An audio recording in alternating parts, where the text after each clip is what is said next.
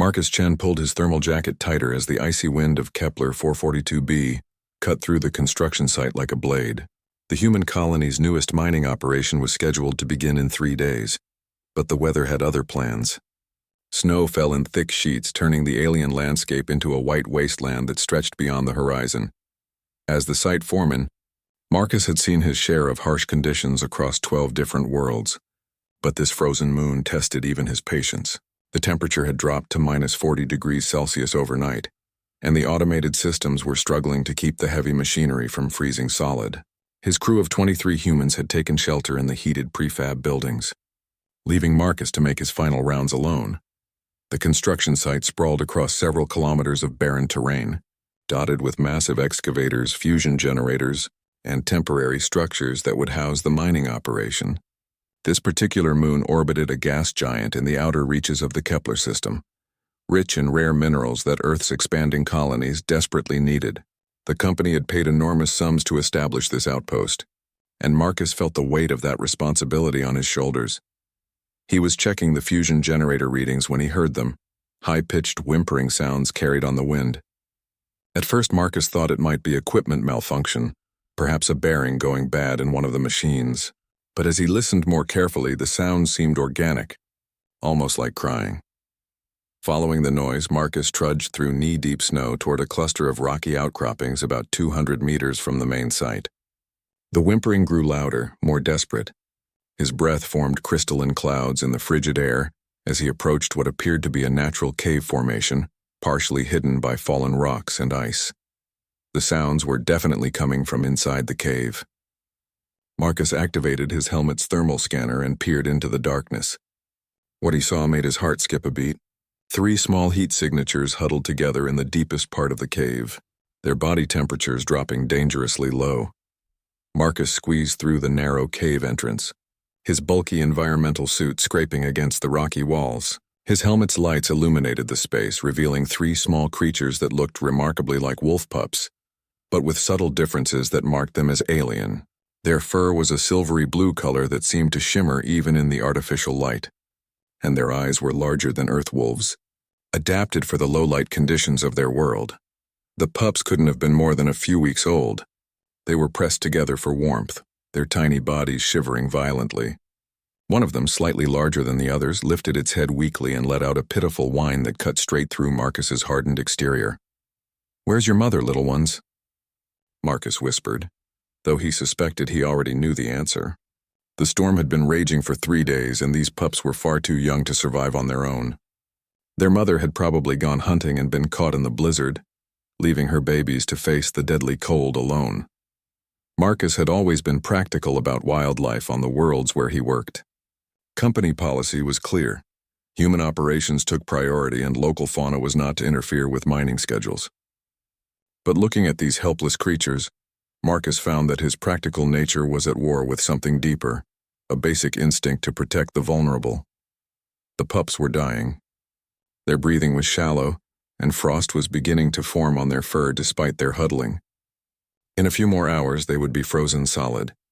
Marcus made a decision that would change everything. He carefully scooped up the 3 pups, surprised by how light they were.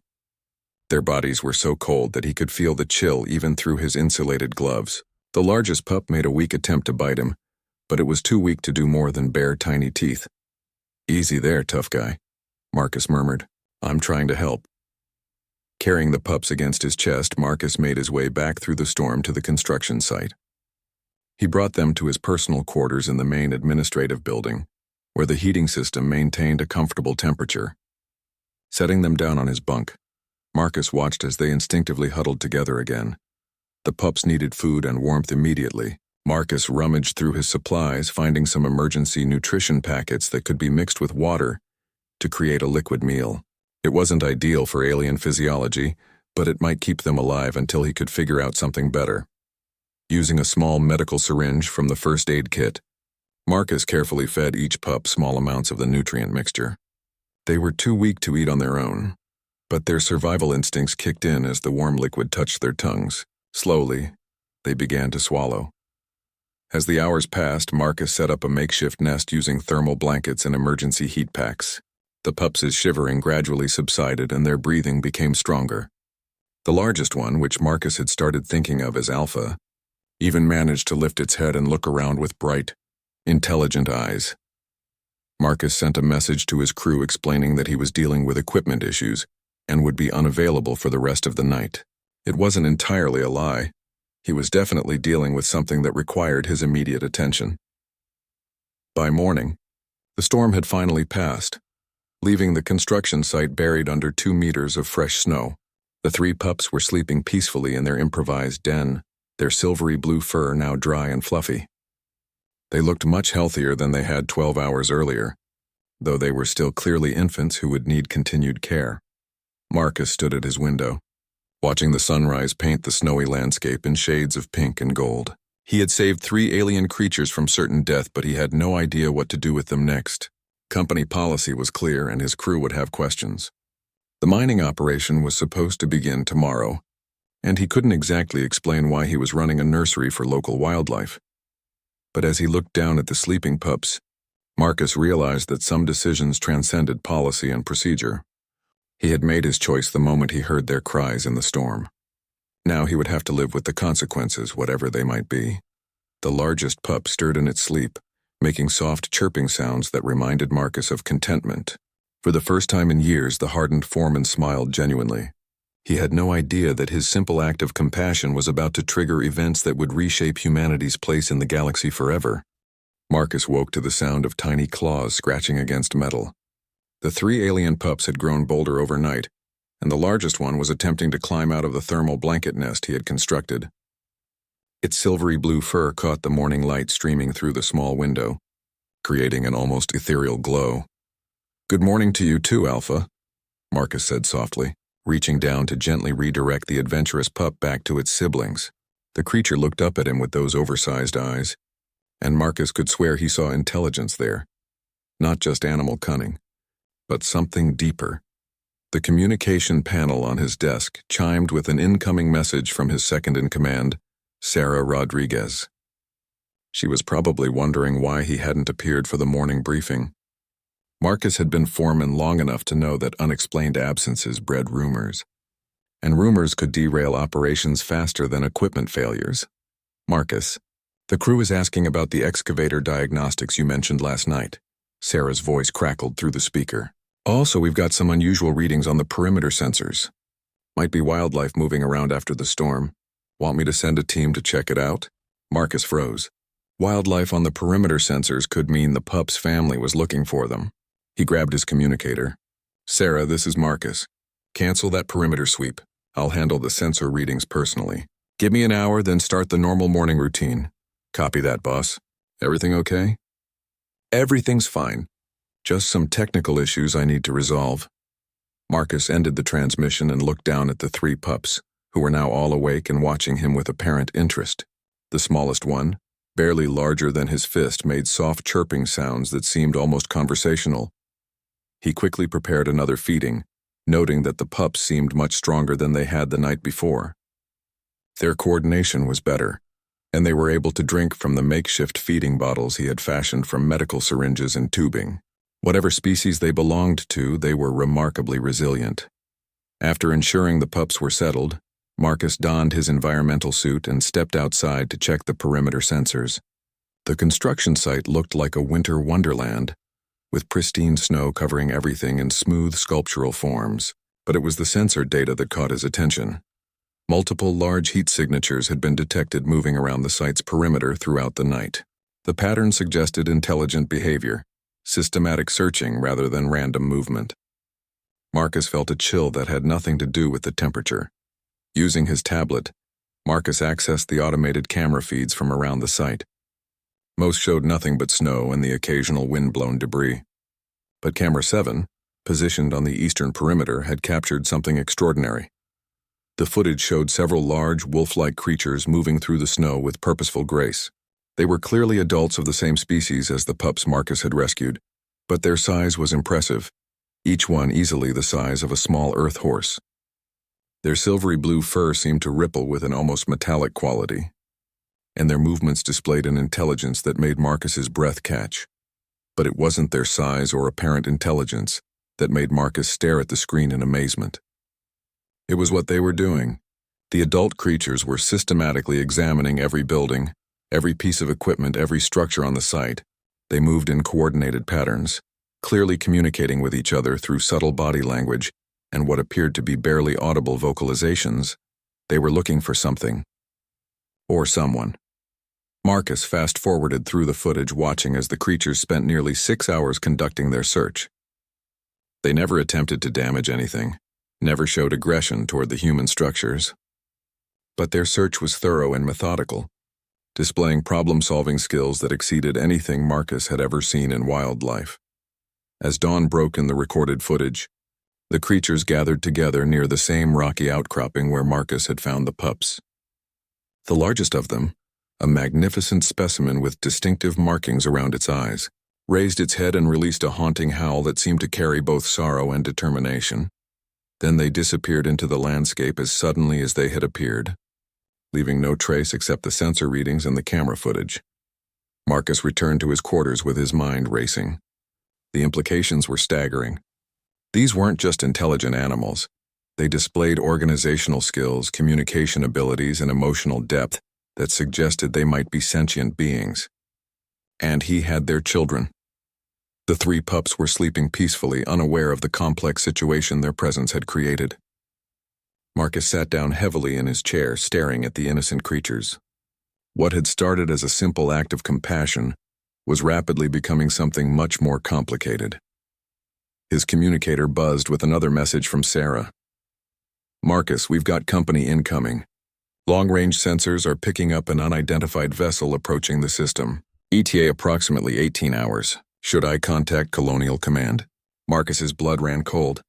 An unidentified vessel could mean many things, none of them good for a remote mining operation. Pirates, corporate rivals, or worse, hostile alien contact. The timing seemed too coincidental to ignore. "Sarah, implement Protocol 7 immediately. Full communication blackout with Colonial Command until further notice. I want all defensive systems online and the crew prepared for emergency evacuation." "Marcus, what's going on?" "Protocol 7 is for potential first contact situations." Marcus looked down at the sleeping pups, then at the footage of their family's desperate search. "Sarah, I think we might be dealing with our first intelligent alien species, and I think I may have inadvertently kidnapped their children." The silence on the communicator stretched for several seconds before Sarah responded. "Are you serious?" "Dead serious. Call an emergency briefing in conference room 2 in 30 minutes. And Sarah? This stays between senior staff only until we figure out what we're dealing with." Marcus ended the transmission and walked to the window overlooking the construction site. Somewhere out there, a family of potentially sentient beings was searching for their lost children. And somewhere in space, an unknown vessel was approaching their position. The timing suggested a connection that made Marcus's stomach knot with anxiety.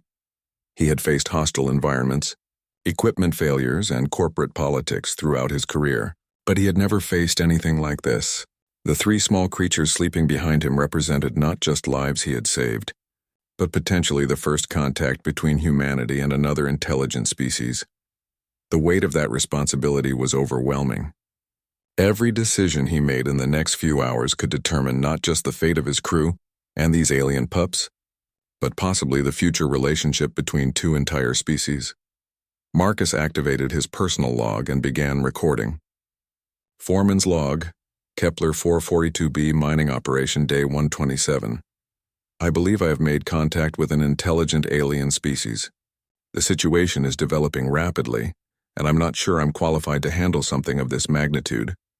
But these 3 pups trust me, and their family is out there searching for them. I have to believe that compassion is universal, and that doing the right thing will somehow lead to the right outcome.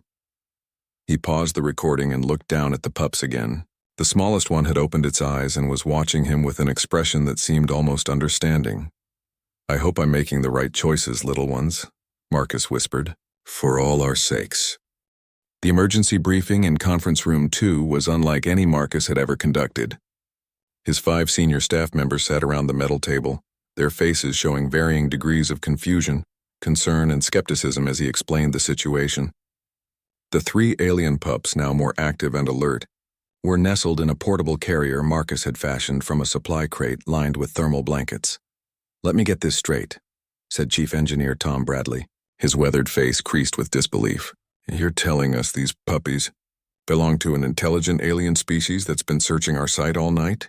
Marcus activated the wall display and showed the camera footage from the perimeter.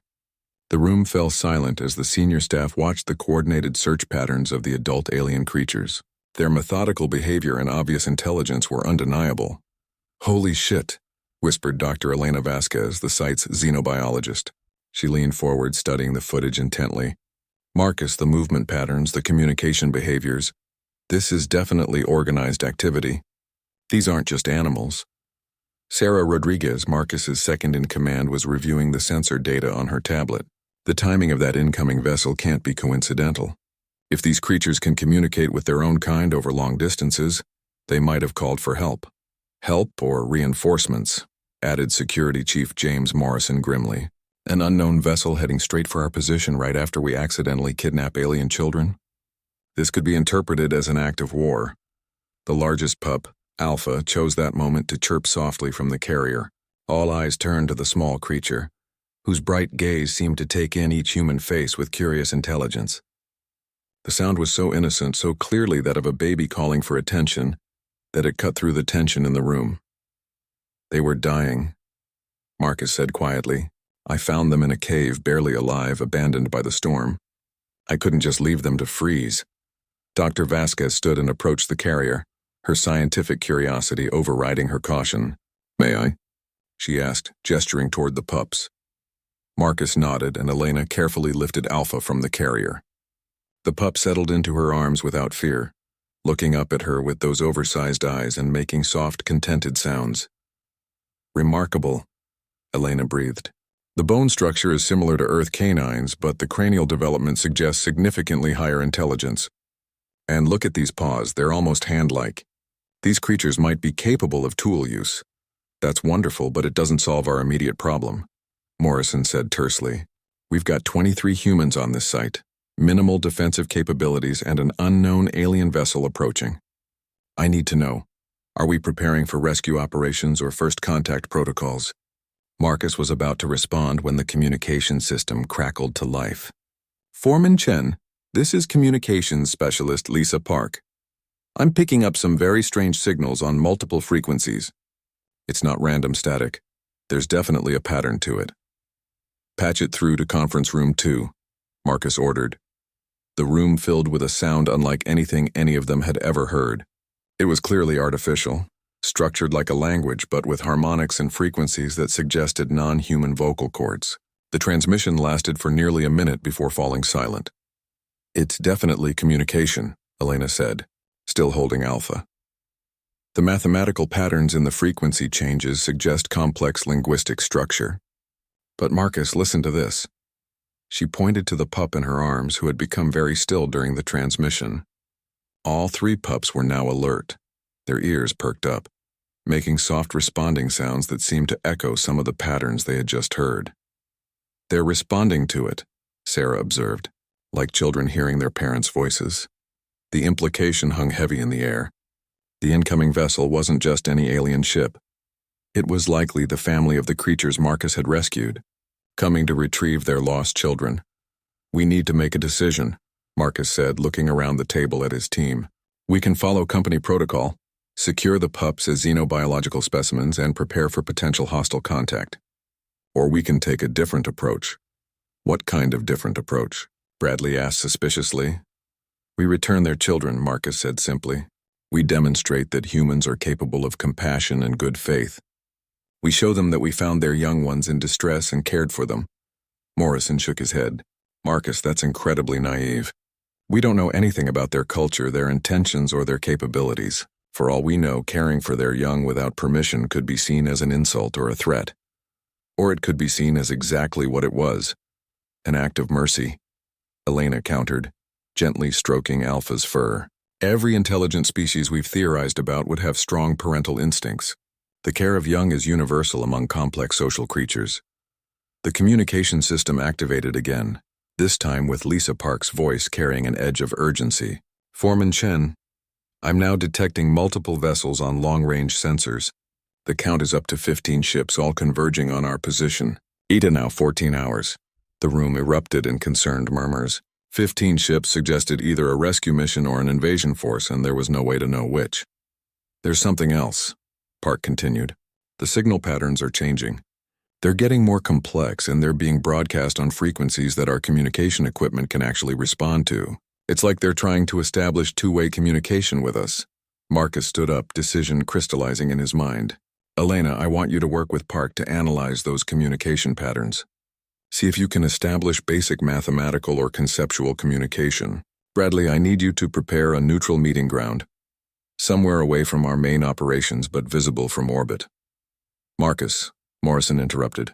You're making first contact decisions that are way above our pay grade. This should go through Colonial Command and the Xenological Council. There's no time for that, Marcus replied firmly. By the time we get authorization through proper channels, those ships will be here. We have one advantage. We have something they want and they know we have it. That gives us a chance to show our intentions before anyone starts shooting. Sarah leaned back in her chair, studying Marcus carefully. You really think this will work? That returning their children will be enough to prevent a potential war? Marcus looked down at the three pups, now all watching the humans with bright, alert eyes. I think about my own daughter back on Earth. If she was lost and scared and some alien found her and cared for her, I'd be grateful beyond words. I have to believe that parental love transcends species. And if you're wrong, Morrison pressed. Then we're probably dead anyway, Marcus said with grim honesty. 15 ships against a mining operation? We wouldn't stand a chance in a fight. Our only hope is that they come in peace, and our best chance of ensuring that is to demonstrate our own peaceful intentions. Dr. Vasquez gently placed Alpha back in the carrier with its siblings. I agree with Marcus. The behavior patterns I've observed suggest these creatures have complex social bonds. Returning their young safely would be the most powerful statement we could make. The communication system crackled again with the alien harmonics. But this time the sound seemed different, more urgent, more emotional. The three pups responded immediately, their own vocalizations becoming more animated. They're talking to each other, Elena whispered in amazement. The children are actually communicating with their parents across space. Marcus felt the weight of history settling on his shoulders. In less than 14 hours, humanity would make its first contact with an intelligent alien species. The decisions he made in the next few hours would echo through history, determining whether that contact would be remembered as humanity's greatest triumph or its greatest tragedy. All right, people, he said, straightening his shoulders. We have work to do. Sarah, coordinate with all department heads. Elena, figure out how to talk to them. Bradley, prepare that meeting ground. Morrison, keep our defenses ready but not aggressive. And everyone, remember that we're not just representing this mining operation. We're representing all of humanity. As his team dispersed to their tasks, Marcus remained behind with the three pups. They looked up at him with trusting eyes, unaware that their safe return home might determine the future of two entire civilizations. Dr. Elena Vasquez had always prided herself on her logical, scientific approach to xenobiology. But the past 6 hours had tested every theory she thought she understood about alien intelligence. Working alongside communications specialist Lisa Park in the hastily converted laboratory, Elena watched in fascination as the three alien pups demonstrated capabilities that defied everything she knew about infant development. Play the transmission again, Elena requested, adjusting the audio frequencies to better match the range the pups seemed most responsive to. The alien communication filled the lab once more, complex. Harmonics layered with mathematical precision that suggested not just intelligence, but a sophisticated understanding of physics and acoustics. But what amazed Elena most was how the pups reacted. Alpha, the largest of the three, had positioned itself directly in front of the speaker array. As the transmission played, the young creature began producing sounds that clearly mimicked specific patterns from the alien message. It wasn't random babbling, it was deliberate communication. Lisa, are you recording this? Elena asked, her voice tight with excitement. Every frequency, every harmonic, Lisa confirmed from her position at the communication console. But Elena, look at this data. The pups aren't just repeating sounds, they're modifying them, adding new information. Elena studied the audio waveforms on her screen. Lisa was right. The pups were taking the basic patterns from the alien transmission and adding their own variations. If this was language, then these infant creatures were actually reporting on their situation. They're telling their parents about us, Elena breathed. They're describing their rescue, their current condition, maybe even their assessment of human intentions. Is that good or bad? Lisa asked nervously. Before Elena could answer, the communication array activated with an incoming transmission. This time the alien harmonics were different, more urgent, more complex. The mathematical precision was still there, but underlying it was something that sounded remarkably like emotion. The three pups responded immediately, their vocalizations becoming more animated and clearly more distressed. Alpha stood on its hind legs, pressing its front paws against the speaker housing while producing a series of sounds that could only be described as pleading. They want to go home, Elena said softly. The parents are asking about the children's condition and the pups are asking when they can return. Lisa looked up from her console, her face pale. Elena, I'm detecting power signatures from the incoming ships that are off the charts. Whatever technology they're using, it's far beyond anything humanity has developed. If they decide we're hostile, they won't, Elena said with more confidence than she felt. Look at this behavior pattern. The parents have been in communication range for hours now, and they haven't taken any aggressive action. They're trying to establish dialogue. She turned to her tablet and activated the intercom system. Marcus, this is Elena. You need to get down here immediately. We've made a breakthrough. 5 minutes later, Marcus entered the lab along with Sarah and Security Chief Morrison. The three pups immediately became more animated upon seeing Marcus, chirping and reaching toward him with obvious recognition. They remember you, Elena observed. Marcus, I think these creatures have perfect recall. They've likely described every detail of their rescue to their parents. Marcus knelt beside the carrier, allowing Alpha to nuzzle his hand. The young creature's fur was warm and surprisingly soft, and its eyes held an intelligence that made Marcus's chest tight with emotion. What have you learned? He asked. Elena activated the playback system, showing the waveform analysis of the past 6 hours of communication. The language is incredibly sophisticated, more complex than most human languages actually, but the emotional content is unmistakable. The parents are desperate to recover their children, but they're trying to be respectful of our presence. Respectful how? Morrison asked suspiciously. They could have jumped directly to our system with those power signatures Lisa detected, Elena explained. Instead, they've been broadcasting from the edge of sensor range, trying to establish communication before approaching. That suggests a culture that values diplomacy over force. A new transmission began, and this time Elena was ready. She activated the laboratory's enhanced translation algorithm, a system designed to identify mathematical and conceptual patterns in alien communication. The results appeared on her screen in real time. My God, she whispered. Lisa, look at this. The algorithm is finding correlation patterns. They're using mathematical concepts we recognize, prime numbers, geometric ratios, basic physics constants. The translation was rough, more conceptual than linguistic, but the meaning was becoming clearer. The alien communication contained elements that roughly translated to children, safe, gratitude, peaceful, return. They're thanking us, Marcus said in amazement. They know we saved their children and they're expressing gratitude. Morrison remained skeptical, or they're trying to lull us into a false sense of security before they attack. The pups chose that moment to demonstrate just how wrong Morrison was. Alpha began producing a complex series of sounds while looking directly at Marcus. The translation algorithm analyzed the vocalizations and displayed a rough interpretation. Safe protector, kindness, trust, family. The pup is vouching for you, Elena said, her voice filled with wonder.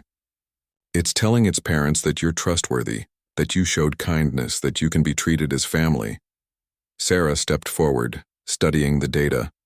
Elena, if you're right about this, then we have a unique opportunity. The children trust Marcus and they're advocating for humanity to their parents. This could be the foundation for a peaceful first contact. A proximity alarm suddenly activated, and Lisa quickly checked her sensors. Multiple ships dropping out of hyperspace at the edge of the system. Count is now 27 vessels. They're maintaining distance, but... She paused, studying her readings more carefully. Marcus, these aren't just ships. The energy signatures suggest some of them are massive, possibly city-sized vessels. A whole fleet, Morrison said grimly. This is looking more like an invasion force every minute. But Elena was watching the pups, who'd become very excited upon hearing the proximity alarms. They were chirping and making joyful sounds, clearly recognizing that their family was getting closer. "No," she said firmly. "This isn't an invasion force. It's a rescue mission. Marcus, I think we're not just dealing with the parents of these pups. I think the entire extended family, possibly even their entire community, has come to retrieve these children." Marcus felt the weight of the moment settling on him. 27 alien vessels had arrived in their system, representing perhaps the largest gathering of non-human intelligence in history, and it was all because he had heard some small creatures crying in a storm and couldn't bear to let them freeze. "Elena, can we communicate back to them? Can we let them know we want to return the children?" Elena nodded, her fingers flying over the communication controls. "Lisa, broadcast on their primary frequency. Use the mathematical patterns we've identified." For the next 10 minutes, Elena and Lisa worked to craft a message using the basic conceptual vocabulary they had decoded. It was primitive communication, more like pictographs than language, but the meaning was clear. Children safe. Humans peaceful. Desire return, gratitude, friendship. The response came almost immediately, a harmonic burst that the translation algorithm interpreted as joy, relief, and cautious hope. But more importantly, the three pups responded with obvious excitement, their own vocalizations clearly expressing happiness and anticipation. "They're coming home," Elena said softly. "The parents are saying they're coming to get their children." Marcus stood up, looking around at his team. "How long before they reach us?" Lisa checked her calculations.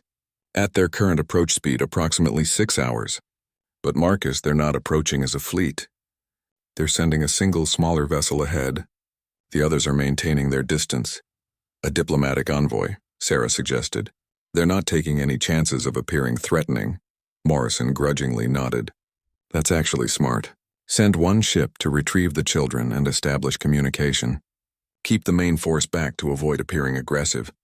Marcus looked down at the three pups, who were now playing together in their carrier, apparently sensing that their ordeal was nearly over.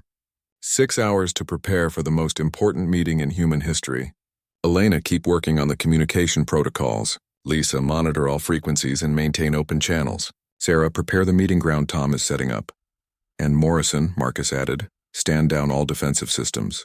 When they arrive, I want them to see humans with their hands open, not holding weapons. As his team dispersed to their final preparations, Marcus remained in the lab with the three alien pups. Alpha climbed up to the edge of the carrier and looked at him with those bright, intelligent eyes. "Your family's coming, little one," Marcus said softly. "And maybe, just maybe, our families will become friends." The young creature chirped once as if in agreement, then settled down to wait for the reunion that would change the course of two civilizations. The alien vessel descended through Kepler 442b's atmosphere like a silver teardrop, its hull reflecting the pale morning sunlight with an almost mirror-like perfection. Marcus stood in the center of the hastily prepared meeting ground, a cleared area 2 kilometers from the main construction site, watching humanity's first confirmed extraterrestrial visitors approach. The ship was beautiful in its simplicity, roughly 50 meters long with flowing lines that suggested both organic growth and advanced engineering. There were no visible weapon ports, no aggressive angles or military styling. If this was a rescue ship, its designers had prioritized grace over intimidation. Marcus held the carrier containing the three alien pups, who had become increasingly excited as their family's ship drew closer. Alpha pressed against the transparent aluminum viewing panel, making soft chirping sounds that seemed to grow more urgent with each passing moment. Dr. Elena Vasquez stood beside Marcus with her portable translation equipment, while communications specialist Lisa Park maintained an open channel with the approaching vessel. Security Chief Morrison and Chief Engineer Bradley flanked them at a respectful distance, unarmed but alert. The rest of the human crew watched from the safety of the main buildings, their lives depending on the next few minutes going well. "Landing burn initiated," Lisa reported, monitoring the ship's descent. "They're setting down approximately 100 meters from our position." The vessel touched down with barely a whisper, its landing legs extending with fluid precision. For a moment nothing happened. The ship sat silent and motionless, its polished hull reflecting the humans standing in the snow. Then a section of the hull that Marcus hadn't even realized was a doorway began to iris open, revealing a soft blue-white light from within. The three pups in the carrier became nearly frantic with excitement, their vocalizations reaching a crescendo of joy and anticipation. The first alien to emerge was magnificent, standing nearly 3 meters tall on its hind legs. The creature was clearly an adult of the same species as the pups, but its presence was commanding in a way that spoke of intelligence, dignity, and barely contained power. Its silvery blue fur seemed to shimmer with an internal light, and its eyes, larger than the pups but holding the same bright intelligence, fixed immediately on the carrier in Marcus's arms. 2 more aliens followed, slightly smaller but no less impressive. All 3 moved with a fluid grace that made Marcus think of dancers or martial artists. Their attention focused entirely on the carrier and the soft sounds coming from within. The lead alien took several steps forward, then stopped and made a complex series of sounds. Elena's translation equipment struggled with the rapid communication, but managed to produce a rough interpretation. Children, mine, safe, gratitude beyond measure. Marcus stepped forward slowly, his heart hammering against his ribs. He had rehearsed this moment in his mind dozens of times, but facing these magnificent beings in person was overwhelming. He gently set the carrier down in the snow between himself and the aliens, then stepped back with his hands visible and empty. "Your children," he said simply, knowing Elena's equipment would translate his words into the mathematical concepts the aliens could understand. The lead alien, clearly the parent, approached the carrier with movements that somehow conveyed both desperate urgency and careful restraint. When it saw the 3 pups inside, the sound it made was unmistakably a cry of relief and joy. The carrier's opening mechanism was designed for human hands, but the alien's paw hands proved remarkably dexterous. Within moments, 3 small silver-blue forms were tumbling out of the carrier and into their parents' embrace. Marcus felt tears forming in his eyes as he watched the reunion. The parent alien gathered all 3 pups against its chest, making soft crooning sounds while the young ones chirped and nuzzled with obvious happiness. The 2 other adults approached and gently touched each pup, as if confirming they were real and unharmed. For several minutes, the aliens were completely absorbed in their reunion. Marcus and his team waited respectfully, giving the family time to reassure themselves that their children were safe. It was Alpha who finally broke the moment, wriggling free from the embrace and walking determinedly toward Marcus. The young creature looked up at the human who had saved it, then back at its parent, making a series of sounds that Elena's equipment translated as safe bringer, kindness giver, trustworthy, good heart. The parent alien's attention shifted fully to Marcus for the first time. Those large, intelligent eyes studied him with an intensity that made Marcus feel as if his soul was being examined. Then the magnificent being did something unexpected. It lowered its head in what was unmistakably a bow of respect and gratitude. "Greetings, gentle beings," came the translation of the alien's communication. "I am Kethara, pack leader of the Wandering Moons clan. You have returned to me that which is more precious than all the stars in the void."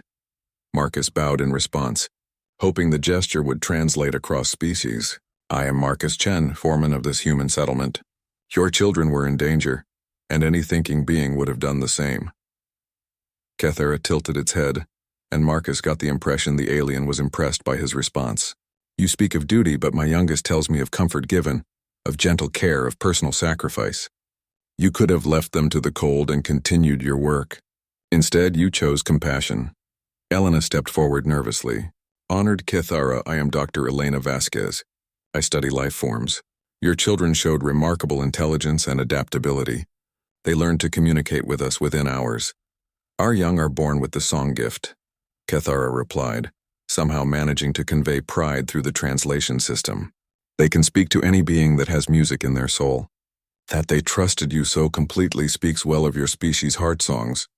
One of the other aliens, slightly smaller, and with distinctive silver markings around its eyes, approached the group. "I am Veltar, songkeeper of our clan. We monitored the communications between our young and their parents throughout their stay with you. Never once did they express fear or distress about their treatment. Instead, they sang of kindness, warmth, and protection." Sarah Rodriguez stepped forward from her position with the security team. Our sensors detected your people searching our site the night before last. You were looking for the children? We searched everywhere the storm might have taken them, Veltar confirmed. But we were careful not to disturb your constructions or threaten your people. We hoped to find them without creating conflict.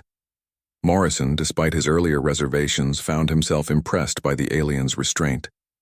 You could have simply taken them back by force. Your technology is clearly superior to ours. The third alien, who had been silent until now, made sounds that translated with an edge of what might have been humor. I am Zephani, war singer of our clan. Yes, we could have taken our young by force. But what lesson would that teach them? What would it say about our respect for other thinking beings? You showed our children mercy when they were helpless. We would be dishonored to repay mercy with violence. Marcus felt a profound sense of relief washing over him. These beings operated on principles of honor and reciprocity that he could understand and respect.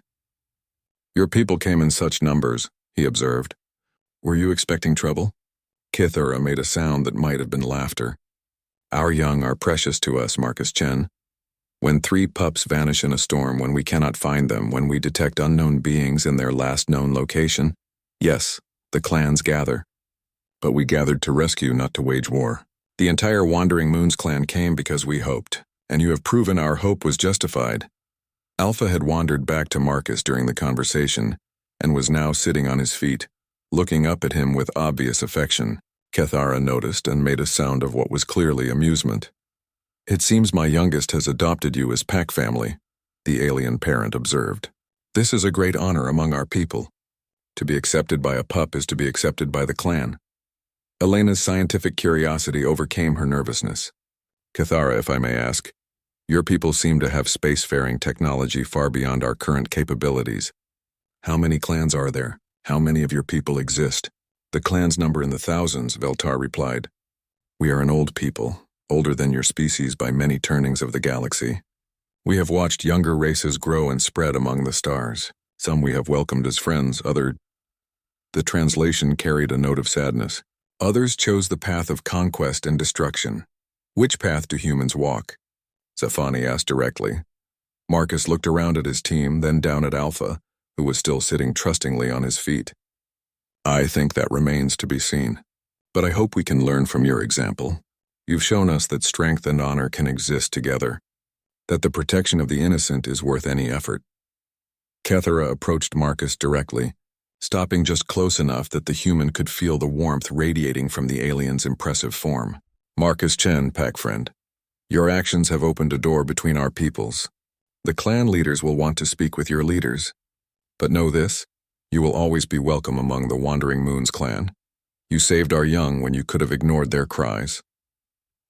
3 months after first contact, Marcus stood in the observation deck of the CNS Harmony, humanity's first diplomatic vessel designed specifically for interspecies relations. Through the reinforced viewing ports, he could see something that still took his breath away. The Wandering Moons fleet in full assembly. Over 2,000 ships of various sizes hung in space around the gas giant Kepler 442c, their hulls gleaming like scattered stars against the cosmic darkness. Some were massive city ships housing entire extended families, while others were sleek scouts or elegant research vessels. At the center of the formation, the clan heart, Kithara's flagship, pulsed with the same blue, light as the clan singer Marcus still carried. Winnell. Approach to the clan heart confirmed, announced Captain Sarah Rodriguez from the bridge. Marcus smiled at the promotion. After the events on the moon, Colonial Command had fast-tracked Sarah's advancement to captain of humanity's first diplomatic mission. Ambassador Chen will be docking in 15 minutes. Ambassador Chen. Marcus still wasn't used to the title. 3 months ago, he had been a mining foreman worried about equipment failures and production schedules. Now he found himself as humanity's first ambassador to an alien species, appointed not because of his diplomatic training, he had none, but because the Wandering Moons clan had specifically requested him. The journey, from that first contact to this moment, had been a whirlwind of activity. Within hours of the Pups' reunion with their family, the full Wandering Moons fleet had arrived in the Kepler system. Rather than the invasion force some Earth officials had feared, they found themselves hosting the largest gathering of alien dignitaries in human history. The aliens had been remarkably patient with humanity's bureaucratic processes. While Earth's governments argued about jurisdiction, protocol, and the implications of first contact, Cathara and the clan leaders had waited respectfully in the outer system, making no aggressive moves and responding to every human communication with courtesy and offer of friendship. It was Alpha who had ultimately forced the issue. The young alien had grown considerably in the 3 months since the rescue, but it had never forgotten its bond with Marcus.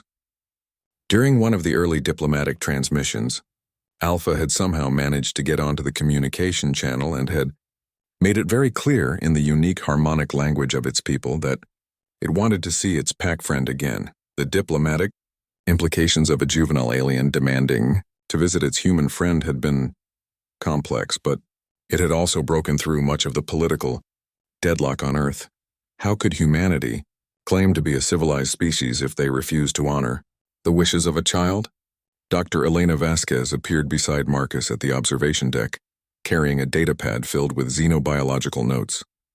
Over the past 3 months, she had become the leading expert on Wandering Moon's physiology and culture, working closely with the clan's own scientists to establish biological and cultural exchange protocols. "Marcus, you need to see this," Elena said, her voice tight with excitement. "The preliminary reports from the joint research teams are incredible. The Wandering Moons clan isn't just one species. They're a multi-species alliance that's been active for over 50,000 years." Marcus turned from the viewport to study Elena's data. Multiple species? At least 17 distinct biological types, all united under the clan structure, Elena explained. Some are wolf-like, like Cathara's people. Others are more feline. Some are even crystalline beings that exist partially in higher dimensions. But they all follow the same basic social and ethical principles. The same principles that led them to approach us peacefully, Marcus observed. Exactly. Marcus, they're not just offering us friendship. They're offering us membership in something that spans half the galaxy. The Wandering Moons is just one of dozens of similar multi-species clans that form a loose confederation, called the Harmony of Worlds. The implications made Marcus's head spin. Humanity had gone from believing they were alone in the universe to discovering they could potentially join a galactic civilization that had existed since before human agriculture developed. "There's more," Elena continued. "The clan leaders want to share some of their historical archives with us. Stories of other young species they've encountered over the millennia. Marcus, some of them started out just like us. Single-planet civilizations that showed compassion to alien visitors. And others?" Elena's expression grew somber. "Others chose conquest over cooperation. The archives contain records of species that are no longer spoken of, civilizations that destroyed themselves or were dealt with by the broader community."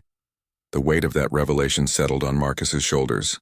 Humanity stood at a crossroads that would determine not just their future among the stars, but whether they would have a future at all. "Approaching the docking port now," came Sarah's voice over the intercom. "Diplomatic party, prepare for transfer." Marcus straightened his formal diplomatic uniform, a far cry from the environmental suits and work clothes he was accustomed to. Beside him, Elena gathered her research materials while the rest of the diplomatic team prepared for what would be humanity's most important meeting. The docking process was smooth, a testament to the technological assistance the Wandering Moons had provided to ensure compatibility between human and alien systems. As the airlock cycled and the diplomatic party prepared to board the clan heart, Marcus felt the familiar weight of the clan singer in his pocket. The airlock opened to reveal Cathara waiting to greet them. But the alien leader wasn't alone. Standing, or in some cases floating around the docking bay, were representatives of multiple species, each clearly alien but all wearing variations of the same ceremonial garments that marked them as clan members. But it was the small silver-blue form that shot out of the crowd and launched itself at Marcus that made him forget all diplomatic protocol. Alpha had grown significantly, now about the size of a medium Earth dog, but its enthusiasm was unchanged. "Pack friend Marcus," came the translation as Alpha collided with the human ambassador, nearly knocking him over with the force of its affectionate greeting. You came back," Marcus laughed, steadying himself while Alpha danced around his feet in excitement. "I promised I would, didn't I?" Cathara approached with what Marcus had learned to recognize as amusement. My youngest has spoken of little else for days. The entire clan has been eager to properly welcome the human who saved our pups and opened the path to friendship between our peoples. As the diplomatic party was led deeper into the ship, Marcus was struck by the beauty of the alien vessel's interior. Rather than the sterile corridors he might have expected, the clan heart felt organic, alive. The walls curved gracefully, pulsing with soft bioluminescent patterns that seemed to respond to the presence of different species. "The ship grows with us," explained Veltar, who had appeared beside them. "It is not built. It is cultivated, shaped by the needs and desires of those who dwell within it. Like the clan itself, it is a living thing that adapts and evolves." They were led to a vast chamber at the heart of the ship, where dozens of alien beings had gathered. Marcus recognized some species from Elena's briefings: the elegant cat-like Velani, the crystalline Tekmar, the aquatic Morden in their specialized environmental suits. But there were others he had never seen, beings of such exotic beauty that his mind struggled to process their forms. At the center of the chamber stood an ancient-looking alien unlike any Marcus had encountered. Its form was vaguely reptilian, but with an elegance that spoke of eons of wisdom. When it spoke, its voice carried harmonics that seemed to resonate in Marcus's bones. "I am Zor-An the Long-Remembering, eldest of the Wandering Moons clan." The translation rendered its words. "I have lived to see 73 species join our confederation. Some came to us as conquerors and learned the path of peace. Others came as refugees and found strength in unity. But never before has a species opened the door of friendship by saving the children of strangers." The ancient being approached Marcus directly. "Human Marcus Chen, your actions echo across space and time. Not just because you saved 3 pups from freezing, but because you chose compassion when you could have chosen indifference. You chose to act when you could have walked away. These choices mark a species worthy of the stars." Marcus felt the weight of every human's future in that moment. "Honored Zor-An, we are young among the stars and we have much to learn. But we hope to prove worthy of the friendship you offer." "The time for proving has passed," Zor-An replied. "Your actions have already spoken. The question now is whether your species will choose to join the harmony of worlds as full members, with all the rights and responsibilities that entails." Elena stepped forward, her scientific curiosity overcoming diplomatic protocol. What would membership mean? What would be expected of humanity?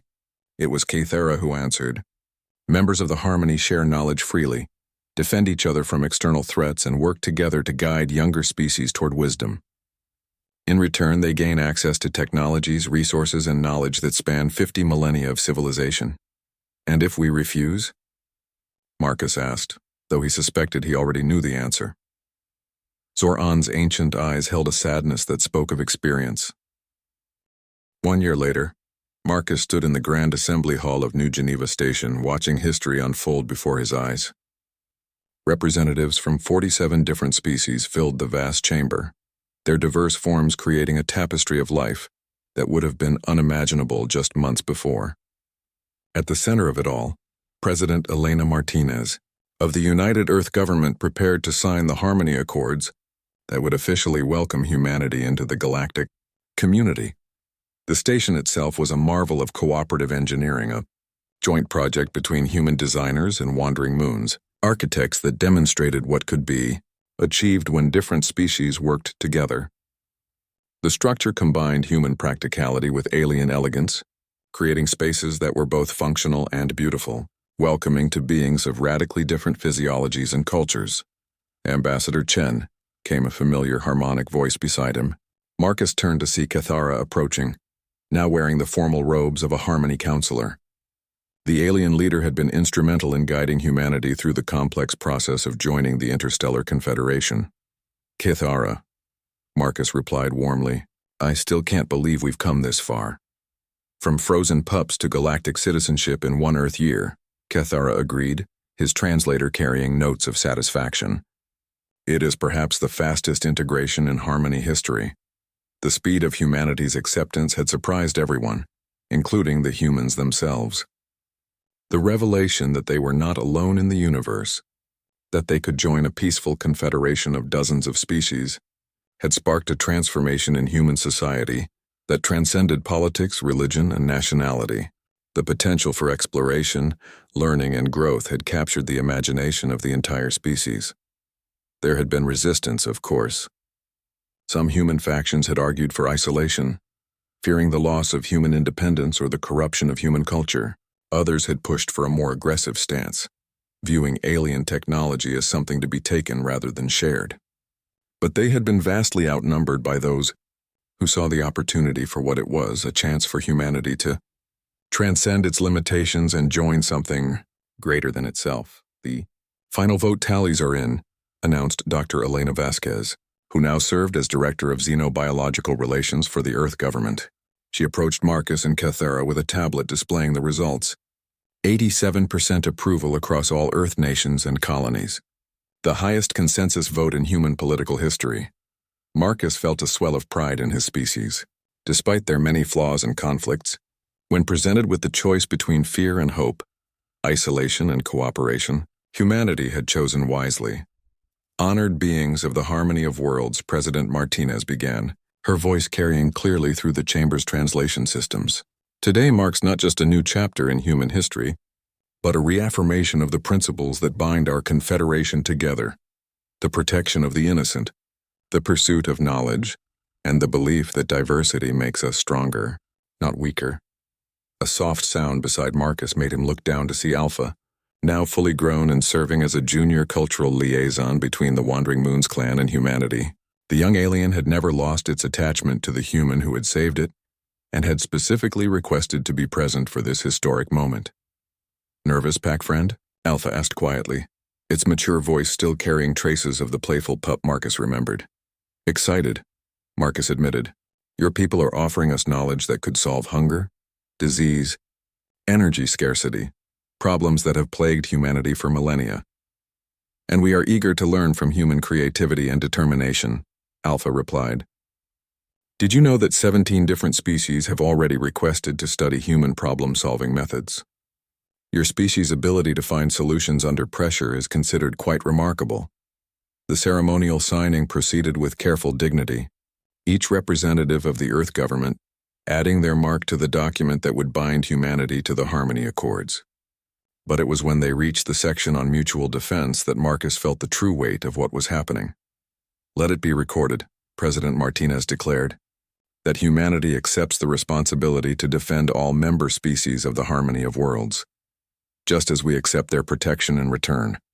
We pledge our strength in service of justice, our knowledge in pursuit of wisdom, and our compassion in aid of those who suffer."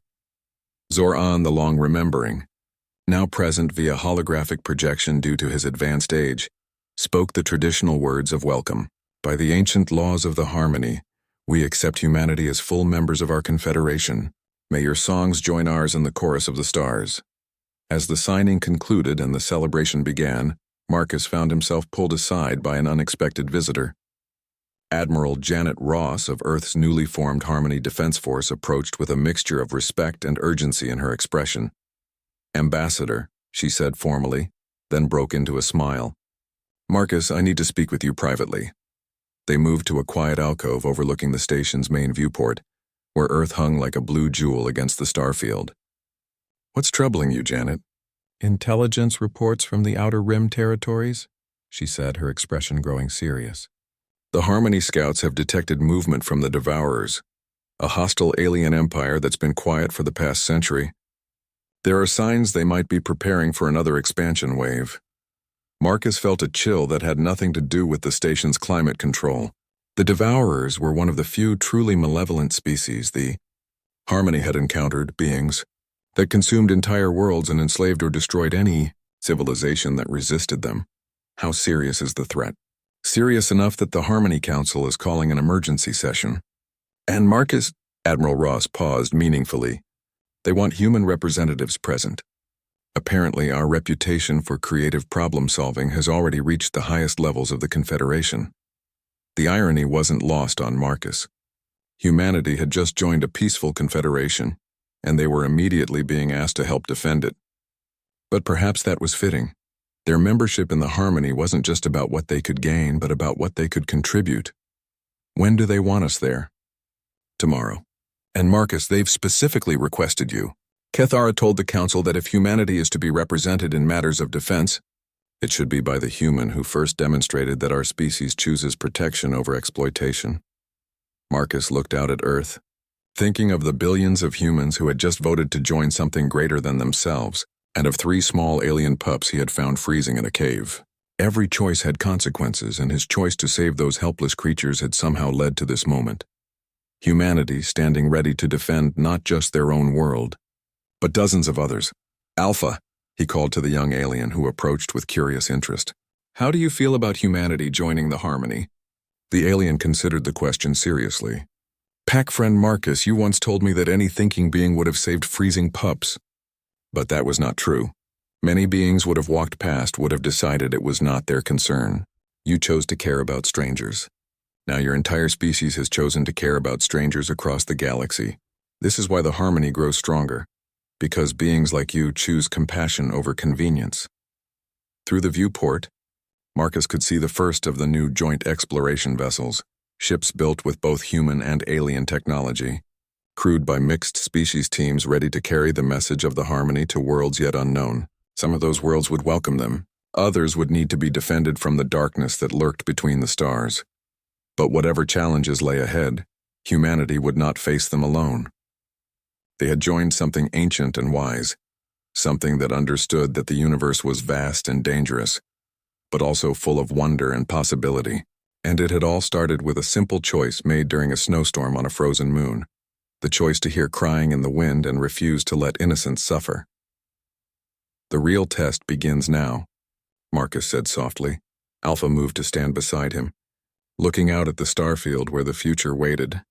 Yes, pack friend, but we face it together, and together, the pack is strong.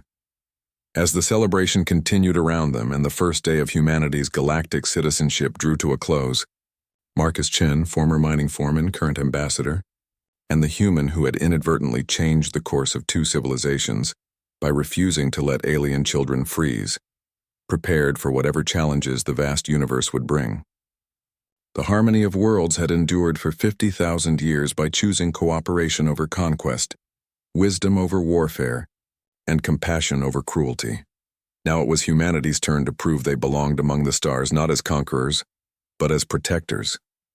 The song of the cosmos had grown richer by the addition of human voices, and the future, whatever it might hold, would be faced by allies who had learned that the greatest strength came not from standing alone, but from standing together. In the depths of space, unknown threats stirred. But in the heart of the Harmony, a new species had taken its place among the stars, guided by the simple truth that sometimes the most important choices were the smallest ones, like hearing a cry for help in a storm and choosing to answer.